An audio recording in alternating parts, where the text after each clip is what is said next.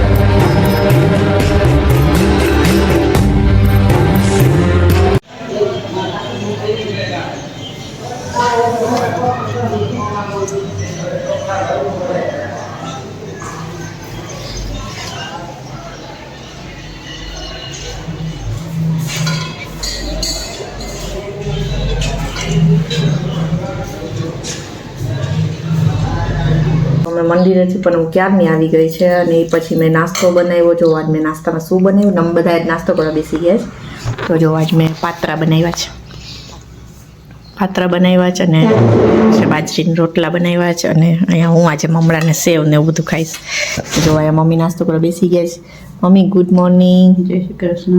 હરે Krishna. Good morning.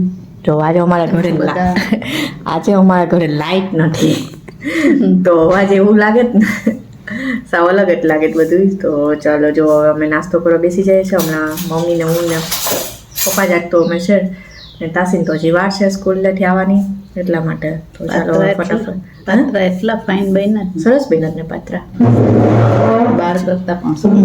તો જો આજ મમ્મી પાત્રા નહીં ખાય છે, તો કહે છે કે સરસ બન્યા પાત્રા. જો પપ્પા પણ અહીં નાસ્તો કરે. પપ્પા ગુડ મોર્નિંગ. ગુડ મોર્નિંગ, જય શ્રી કૃષ્ણ. આવો બધા નાસ્તો કરવા. જો પપ્પા પણ આમ બધા નાસ્તો કરવા ભેગા જ બેસી ગયા છે, કેમ કે આજ લાઇટ નથી અને આજે કંઈ કામ તો કંઈ થાય નહીં, એટલા માટે. તો ચાલો ફટાફટ હવે નાસ્તો કરી લઈએ, પછી હવે બધું કામ સ્ટાર્ટ કરશું. લાઇટ આવશે પછી. અત્યારે તો 12:15 જેવું થઈ ગયું છે. 12:30 વાગી ગયા છે. એટલે આજ મંદિરે ગયા હતા અને એવું બધું હતું, કેમ કે આજે ટેરસ છે, તો એ માટે હું મંદિરે જ ગઈ હતી. કે ઓલું જે પીપળાનું ઝાડ હોય ને, એમાં પાણીને બધું નામવાનું હોય આજના દિવસે, તો એ બધું કરવાનું હોય હમણાં 2-3 દિવસ. બધું ચૈત્ર મહિનો છે ને, એટલા માટે. ને તો એ માટે હું સવારે મંદિરે ગઈ હતી, તો એ બધું કરી આવી. અને મંદિરથી આવીને પછી થોડું ઘણું શૂટ કર્યું હતું, પછી કંઈ કર્યું જ નથી, કેમ કે આજે લાઇટ નહોતું ને, તો કંઈ મન જ નહોતું થતું શૂટ કરવાનું, કેમ કે ગરમી જેટલી હતી ને એટલે. તો અત્યારે લાઇટ આવી ગઈ છે, એટલા માટે. તો ચાલો, આજ તો ઢોકળા ટેરસ છે, અને આજે ટેરસના દિવસે ઢોકળા બનાવાય. આજે ટેરસ છે અને આને ઢોકળા ટેરસ કહેવાય, એવું કહેવામાં આવે છે. મને કંઈ જાજુ ખબર નથી, તો આજ મમ્મી બનાવશે ઢોકળા, તો હું તમને બતાવીશ, કેમ કે મેં કોઈ દિવસ જોયું પણ નથી એવું કંઈ. તો તમને પણ બતાવું કે મમ્મી કેવી રીતે બનાવે. મમ્મી હજી થોડીક ફ્રેશ થાય છે, પછી મમ્મી બનાવવા બેસે, કેમ કે આજ તો સવારને એટલી ગરમી થતી હતી ને, એટલા માટે. તો ચાલો તમને બતાવું થોડીક વાર પછી કે મમ્મી કઈ રીતે બનાવે છે. ચાલો, જો અત્યારે મમ્મી કંઈક બનાવે છે, પણ શું બનાવે છે એ તો મને નથી ખબર, અને મેં કોઈ દિવસ જોયું પણ નથી. તો મમ્મી, તમે શું કેમ છો બધાને? તો જો આજે મમ્મી છે ને કંઈક બનાવે છે. તો જો આજે ટેરસ છે, એટલા માટે મમ્મી કંઈક બનાવે છે, પણ શું બનાવે છે તો મને નથી ખબર, ને મેં કોઈ દિવસ જોયું પણ નથી. આજ પહેલી વાર હું જોઉં છું. તો જે ચૈત્ર મહિનાની ટેરસ હોય ને, ત્યારે એમ લોટ કે બધા આમ મારો મૂકતા હોય. બીજી કાસ્ટમાં બનાવે છે કે નથી બનાવતા એ મને નથી ખબર. લગભગ તો બનાવે છે, કેમ કે મેં જે રબારી કોમ હોય ને એ પણ બનાવતા હોય, આ કરતા હોય આવી રીતે મારો નાક મૂકે. પણ બીજા કોઈ કરે છે કે નથી કરતા એ મને નથી ખબર. પણ આ મારો આજે ટેરસના દિવસે આપણે માળો મૂકવાનો હોય, તો એની તૈયારી કરો છો? એની તૈયારી કરું છું. આ જાડો કરકરો લોટ છે, એમાં એ જાડો કરકરો લોટ હોય ને, એમાં તેલનું મોણ દીધું, પછી એમાં વલિયારી નાખી, તલ નાખ્યા, એવું બધું નાખ્યું એમાં હા ને જો આ ગોળનું પાણી પણ થઈ ગયું છે નાખવું અને ગોળનું પાણી કરી ને આપણે જેમ મીઠા થેપલાનો લોટ જેમ બાંધીએ ને હમ એમ આ બાંધી લેવાનું છે. પછી એમાં એના નાના નાના જાડા વાનવા તળી વીણી થેપલા હા અને એને 3 ગણ ઉપર બાંધી લેવાનું. અચ્છા આમ વાળી લેવાનું આપણે પરોઠા કેમ વાળીએ એમ હા પછીમાં 2 વેલણ મારી એમાં વચ્ચે હોલ કરી ને પછી જો આપણે આવી માળામાં મૂકી દેવાનું. એટલે માળો જ્યારે હું કરીશ ને હજી તો હું લોટ બાંધું છું હા તો ત્યારે હું તમને બતાવીશ. ચાલો આ લોટ અત્યારે જો મમ્મી રેડી કરે છે અહીંયા મારાનો એમાં મમ્મી કઈ જાજુ નાખ્યું નથી હવે ગોળનું પાણી નાખશે એ બધું ગોળનું પાણી નાખીશ. આમાં તલ અને વલિયારી નાખી દીધી છે. હા એ તો ખ્યાલ છે જો હવે હું આ જો ગોળનું પાણી નાખે છે મમ્મી આ ગોળનું પાણી ગાળીને નાખું છું. જેમ ઓલા મીઠા થેપલા બનાવીએ ને એમ જ બનાવવાનું હોય બનાવવાનું છે એવી રીતે લોટ બાંધી લેવાનો અને માળામાં નાખવાનું હોય જે મારો બનાવવાનું હોય ઘાસ અને પાનમાં આવતું ઘાસ હોય ને એ ઘાસ અને આપણે આ પપ્પા લઈ આવ્યા છે તો જો આમાં મૂકશું હવે વડલાના પાન જો આવી રીતે મમ્મી લોટ બાંધે છે હવે આ લોટ બંધાઈ જશે ને પછી હું તમને આગળની પ્રોસેસ બતાવીશ.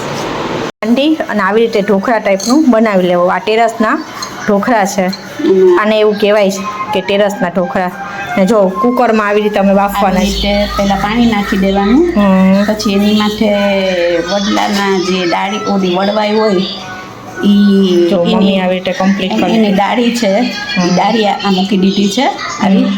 પછી એની માથે આ ઘાસ પાથરી દેવાનું અને ઘાસ પાથરી ને પછી જો આ છે ને એને જો પાછું મમ્મીએ પાન મૂક્યા છે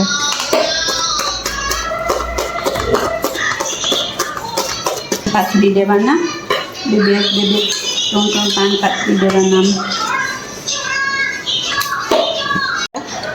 જો પછી આવી રીતે એને રાખવાનું હોય આ ઢોકળાને આ મૂકી દેવાના આવી રીતે. પછી વળી પાછું પાન મૂકવાના પછી ફરી રાખવાના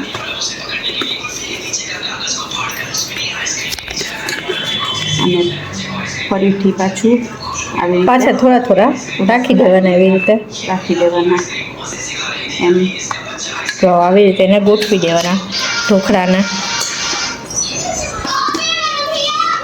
જો આવી રીતે પાનની ઉપર ઢોકળા પાથરતા જવાનું.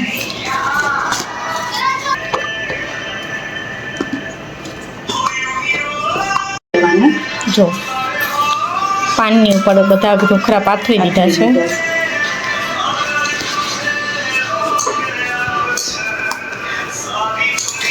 બધા ઢોકળા એમાં નાખી દીધા અને કુકર આખું ભરાઈ ગયું છે. જો આવી રીતે કુકર રાખી દીધું છે ગેસ ઉપર અને હવે એમાં 4 કે 5 વિસલ કરી લેશું. પછી આગળની પ્રોસેસ તમારે પછી બતાવીશ તમને. રેડી?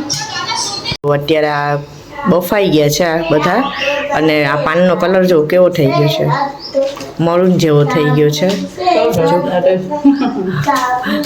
આ રીતનો કલર બદલાઈ ગયો છે અને આ જો ટેરસના ઢોકળા બની ગયા છે અમારા. જો એટલા બધી બનાવ્યા હતા અમે. હવે ટેસ્ટમાં કેવા લાગે છે હવે પછી ખબર પડે ખાઈએ પછી. નટાસી રસોડામાં આવી ગયા છે નટાસી પાછા કેમ કે આજ બપોરે અમે ઢોકળાને એવું સાંજે બનાવ્યું હતું બપોરે બનાવ્યું હતું અને પછી સાંજે ખાધા હતા તો સરસ હતા મીઠા ને એવા સરસ બન્યા હતા. જો અત્યારે જમી કરીને ફ્રી થઈ ગયા છે તો હવે જો અહીંયા કેરી પડી છે તો આ કેરી બધાને ખાવી છે કટાસી કે તાસીન કેરી ખાવી તાસીન તો રોજ મેંગો ખાવો હોય કટાસી. તો ચાલો હવે અત્યારે મેંગો સુધારી નાખીએ ને પછી આપણે ખાઈ લઈએ બધા. બધી કેરી સુધારાઈ ગઈ છે હવે અમે ખાઈ લઈએ. જલ્દી કેરી ખાઈ ને પછી જોવા જશું. તો ચાલો બ્લોગ ગમ્યો હોય તો લાઈક કરી દેજો, શેર કરી દેજો, સબસ્ક્રાઈબ કરી દેજો. બાય.